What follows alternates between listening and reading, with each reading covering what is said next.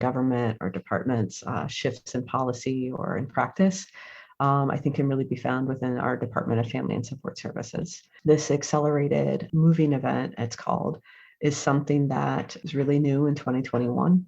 Department of Family and Support Services, under the leadership of Commissioner Brandy Kanazi, I think have been really, like many of our city departments, been kind of the backbone, right, of recovery and COVID response. They were able to make the shift, really moving Chicago to a housing first framework, right, for working with our homeless population. We might have been headed in that direction kind of prior to the pandemic, but we weren't there. So with the additional federal resources, they've really been able to do a lot more. And one of the most significant things is shortening the time frame and changing their process of, hey, here's a houseless individual and we want to get them some permanent supportive housing. Prior to COVID relief dollars and changes that they've made and implemented, I think they said that it was about 200 days was the average wait time, right? And like, hey, identifying this person, identifying housing, going through these processes and getting them like in a home. And they've shortened that to 30 days. 30 days is their average. They're doing kind of no barrier, right? Like you don't have to be substance free. You don't have to pass a test, right? You don't have to be a documented citizen. Like they work with people to get IDs. Like they've been partnering with the city clerk's office to get people city key IDs. One of their biggest challenges still is identifying landlords, right? Identifying the housing, and then trying to match people with housing that's close to where they are. For the event that they held in November in our area, I think they had 20 units of housing that they had identified, and 19 of those housing units were matched with residents during that one-day event. So they spent a couple of weeks, right, going out, meeting with residents, helping people to get signed up. So identifying people who wanted to take advantage of it, helping them get their documentation. And then they did like this half day, like, great, we got the housing, we've got the people. We're going to sit down with you and get applications done. So several of those folks have moved into homes at this time. I think they gave me an update last week. A few are still waiting. A couple people who had accepted housing, it didn't work out for various reasons. And on the day of, there was one person who was matched with housing but couldn't accept it because he has a job, right? A lot of people who are homeless also work, and his job was up here, and the housing that was offered available to him was like on the south side of the city, and he wasn't going to be able to do transportation. I think this is what we're going to see as hopefully a new standard that we're able to maintain through the city that really shortens that time that people have to wait. This is helping to build a little more trust. Like I went out there the day of the event and talked to a couple folks who hadn't signed up for the event, but they were there and they were listening to their folks coming back, and they were afraid to get their hopes up, right? And so having this event that worked and seeing people get housing, they were like, maybe I'll sign up for the next time. Maybe this is something that I could participate in. Right now, we don't have a dedicated stream of funding to help prevent homelessness or to support houseless individuals. And we're making great strides with these federal funds, but these federal funds will run out, and we're going to need a way to replace those funds to be able to keep supporting our neighbors. I'm curious, have you heard from your constituents any kind of, I guess, like pushback or criticism or just complaints about those encampments like in Toohey Park, or have any? Absolutely.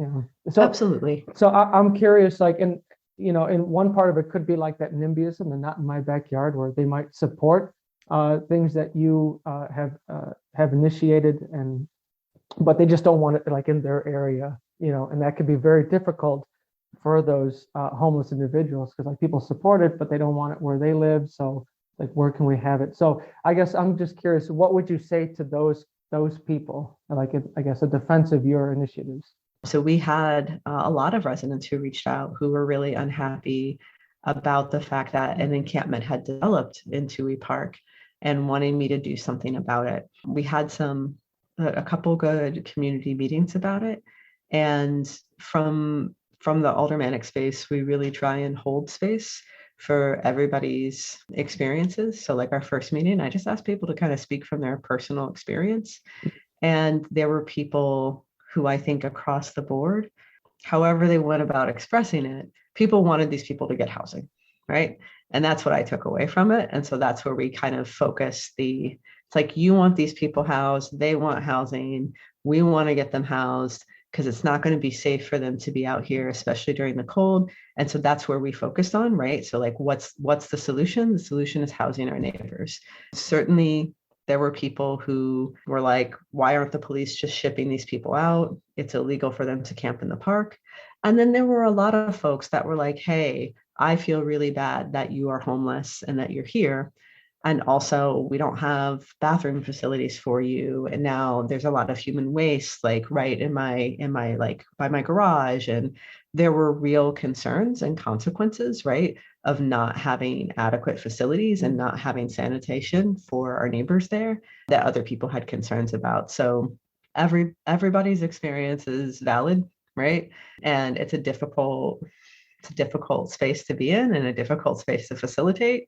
And so that's what we focused on, what we know the solution is. The solution is housing our neighbors. Right. So great. So what would you say are the top 3 things that you're concerned about in your ward? Just kind of the 3 bullet points. In this very insane time period in which we're living, it's really difficult to not be immediate, like what's urgent right in front of us. So I'll give you 2 top 3 lists. There's the immediate this week top 3 list, and that is how we're getting our kids back in schools. Number 2 is actually continuing to make sure that we're finding housing resources for neighbors. We definitely still have houseless folks and wanting to continue those services as we hit the deep colds. And then, number 3, I think, is just more broadly, like our public health piece. We've got some great increases that we're seeing in services. We're going to have some of the state-funded mental health crisis response teams actually in our community, kind of starting now. And that's exciting, but it comes coupled with a high need for kind of mental health support for people. And so those are kind of the big 3, like top of mind. Longer term, the lake, climate change. So right at the beginning of my term, so coming in May of 2019, we'd already been seeing Lake Michigan at record high levels in 2019. And when we entered the 2019-2020 winter storm season, where we have people who actually live along the lakefront too, we lost feet of land to erosion, had some really scary threats to our infrastructure. And then, not necessarily in the threat category, but where we have opportunities, we're working on setting a new model for development at our Howard Ashland development site. So it's right near the Howard Red Line. Folks can read about a corridor development initiative that we did with Metropolitan Planning Council on our website. And we're looking at how we build community wealth and community ownership into local development projects where possible. So not just, hey, we're going to do a development project and let's try and get some local hiring, or let's try and get minority contractors, but how can the community own it? How can we make this possible? So that's something exciting that's kind of top of mind. And then, overall community health and community safety. So as I mentioned, kind of shootings and things are down from 2020, but I know community safety is just like an ever-present concern for neighbors everywhere. We don't have the solutions fully yet, right?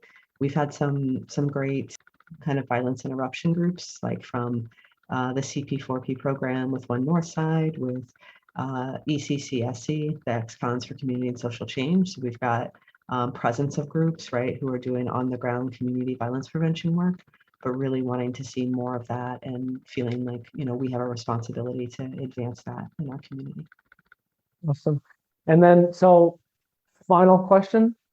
If you've been in Chicago for a while, you know that deep dish is not actually what we Chicagoans eat most of the time. That's like tourist or special occasion pizza. So I'm curious, what is one of your favorite places to get non-deep dish pizza in the city? Oh, this is a tough question, I'll say. Favorite place for non-deep dish pizza. Well, our local spot has got to be top on my list, and that's JB Alberto's. You can get deep dish at JB Alberto's. I never do. They've got an amazing thin crust. But JB Alberto's. So if you're in Rogers Park, you can stop by, order a whole pie, or pick up a slice. Awesome. That's part of my crusade to just kind of get the word out about non-deep dish pizza in the city. There's more variety. Yeah. But thank you so much. Awesome. Thank you so much, Alderperson Hadden. We appreciate it. No, thank you guys. Have a great day.